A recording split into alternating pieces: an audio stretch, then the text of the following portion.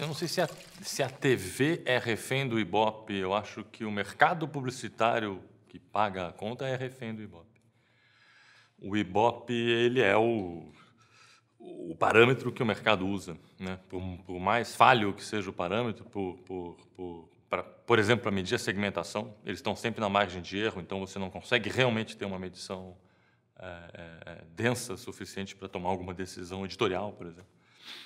Recomenda-se, por exemplo, que se olhe a cada 3 meses, mas a cada 3 meses, enfim, aí morreu, é igual rádio, né? Rádio parece que é assim, a cada 3 meses é que faz. Então, não dá. Então, claro que se o mercado publicitário é refém do Ibope, a televisão acaba ficando refém também. A segmentação, ela fez, de alguma maneira, quebrar um pouco essa situação de refém. Ela começou a mostrar, olha, esse número não é só esse número aí, não é. Tem outras coisas aí que significam, que podem medir esse sucesso, né? Naturalmente, acho que o mercado ele entendeu isso no começo. A MTV conseguiu, por exemplo, a MTV, que de alguma maneira inaugurou essa segmentação editorial na televisão, conseguiu ao longo de um tempo, demorou até, fazer com que parte do mercado entendesse isso. Ou seja, aquela história da dicotomia, né, eu compro o olho da pessoa que está vendo o programa. A Rede Globo, o SBT, eles entregam quantidade, né? Tome 10, dá-me 10.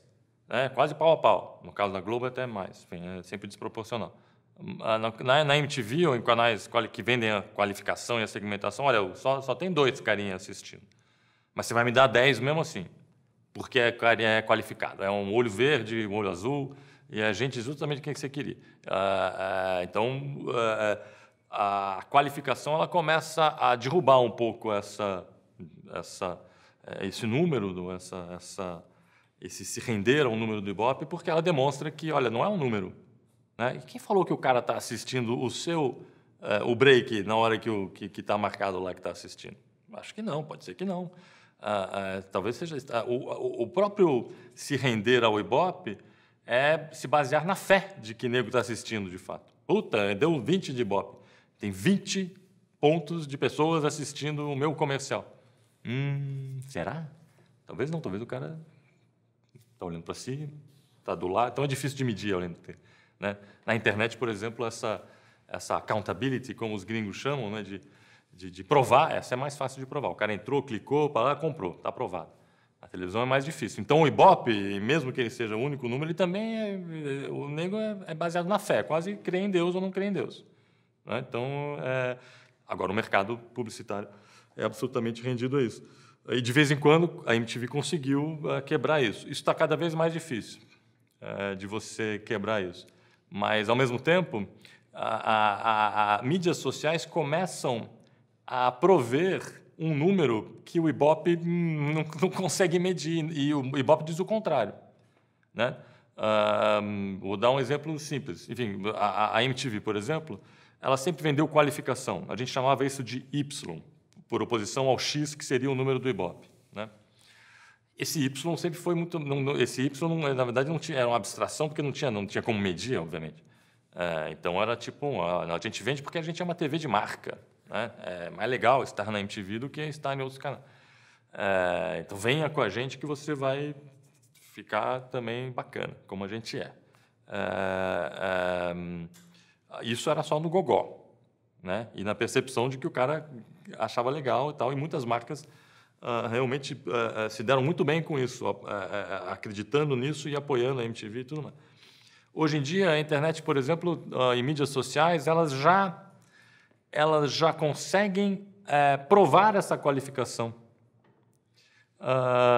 Esse Y, que era abstrato e que não tinha como dar um número para ele, só a lábia, ele hoje já consegue ser quase medido.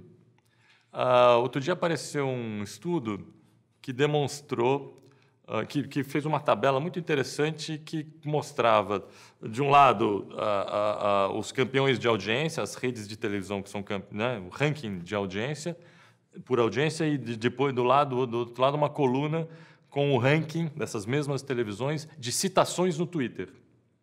Né, citações que apareciam no Twitter sobre esses canais.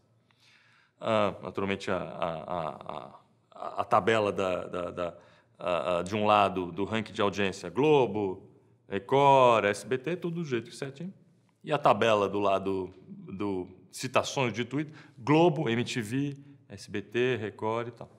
Então é totalmente desproporcional, obviamente, né? E aí o jornalista que fez essa tabela, ele puxou uma setinha, porque a MTV não aparecia na tabela da audiência, porque é Globo, SBT, Record, a MTV não vai aparecer nunca.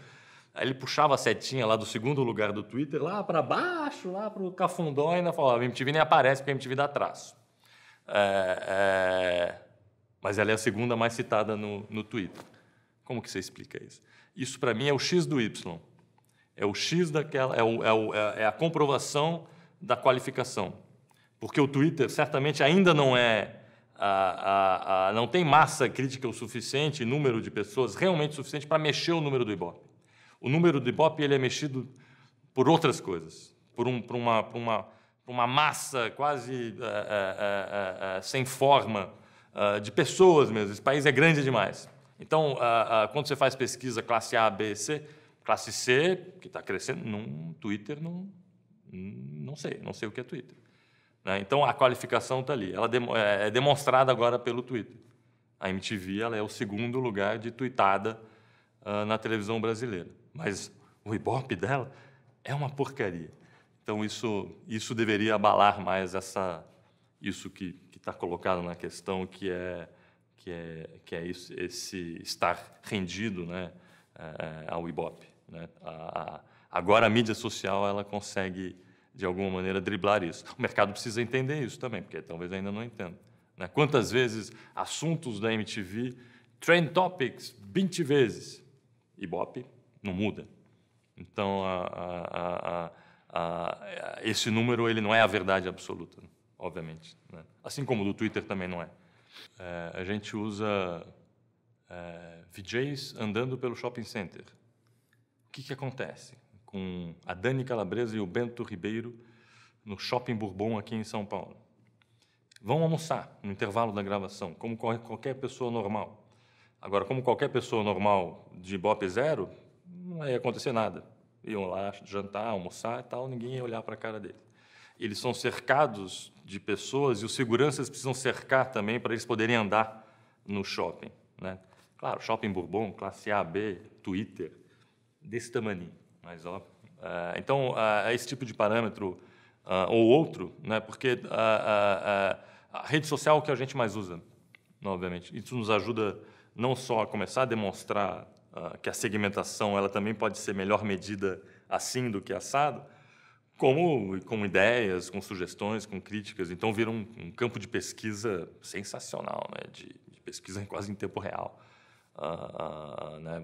Eu lembro, quando trabalhei no GNT, naquele programa Happy Hour, a Astrid, ela, na reunião de pauta mesmo do programa, olha, o que a gente vai fazer a semana que vem, a semana essa, ela tuitava o assunto, né? Para testar, para ver se esse assunto rendia eventualmente uma grande conversa. E tuitava na hora tal, e começava a vir, ou não. E isso usava como ferramenta para a pauta. Olha, deu, acho que tem gente aí. Então, a gente usa para isso também. Né? Sem contar o chofer de táxi, enfim, pessoa na rua. Minha mãe também é uma pessoa que fala muito. Mas é preciso olhar um pouco de tudo. Mas, como o dinheiro é conservador, né?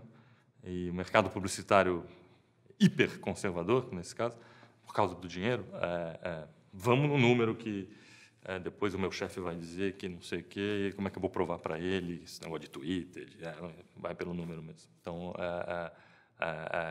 o mercado fica rendido ao Ibope.